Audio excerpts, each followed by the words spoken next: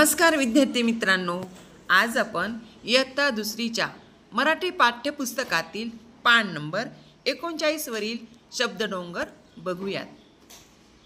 वाच लिही। बघा, इथे आंबा या शब्दाचा शब्दडोंगर करून दाखवलेला आहे। शब्दडोंगर म्हणजे काय हे आपण प्रथमतः समजून घेऊया। बघा, इथे आंब्याविषयी काही वाक्य लिहिलेले आहेत आणि प्रत्येक वाक्यामध्ये एक एक शब्द वाढवलेला आहे आणि मग शेवटच्या वाक्यामध्ये सगळे शब्द येऊन ते पूर्ण वाक्य तयार झालेलं आहे। जर आपण निरीक्षण केलं तर बघा, आपल्याला याचा डोंगरासारखा आकार दिसतो, म्हणून याला म्हटलेले आहे शब्दडोंगर। आता आपण झाड या शब्दाचा शब्दडोंगर तयार करूयात। झाड, हे झाड, हे झाड आहे, हे छान झाड आहे, हे छान सुंदर झाड आहे, हे छान सुंदर हिरवेगार झाड आहे।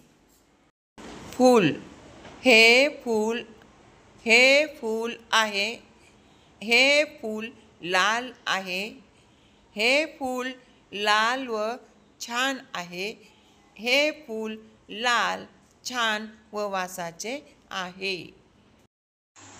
गाव, हे गाव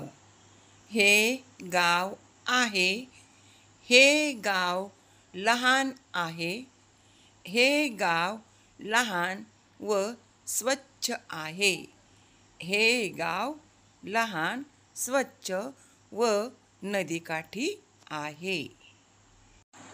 घर, हे घर